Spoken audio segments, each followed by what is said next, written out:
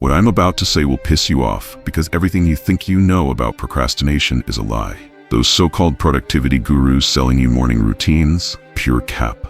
And don't think I'm here to act superior or preach like I've got my life in perfect order. Nah, I'm in the trenches just like you, fighting this same habit every damn day. So why should you listen to me? That's exactly the point. I'm not here to sell you dreams. I'm here to share what's actually working for me. But let me be clear, you're just stuck in this toxic loop, letting your mind play you like a damn fool. Every time you say I'll do it later, or just 5 more minutes, your brain gives you this tiny hit of relief. You're not lazy, but you're addicted to failing. Every time you let yourself off the hook, you're feeding that addiction.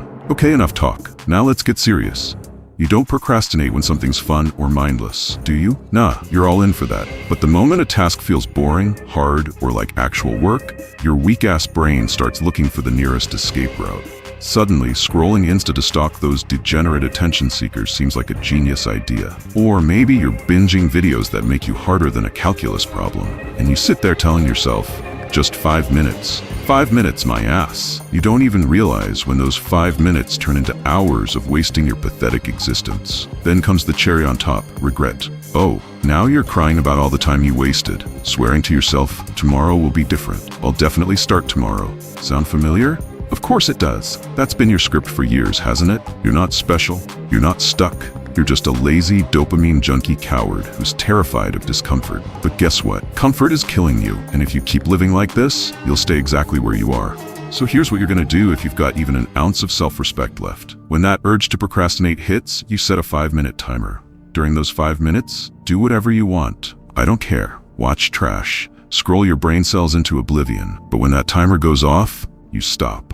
I don't give a damn if you're mid-scroll, mid-video, or mid-climax. You stop and get back to work. No negotiation, no excuses. And if you fail, you'll not eat for the rest of your day. No food, nothing. That's the price of your weakness. Go to the comments right now and type this. From today onwards, I swear on my future that when the timer goes off, I will stop whatever the hell I'm doing and get back to work. If I fail, I will punish myself by skipping my meal. But let's be real here. Most of you won't do it. You'll keep nodding along, pretending you're motivated, and then go right back to being the same procrastinating waste of potential you've always been. And when you're 10 years deep in regret, don't come crying about how life's unfair.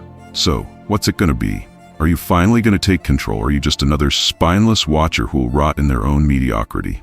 Now, every time you feel the urge to procrastinate, grab your phone, open the camera, hit record, and say this out loud. I choose to be a failure right now. Do it. Hit that damn button and say it. Oh, what's that? You can't?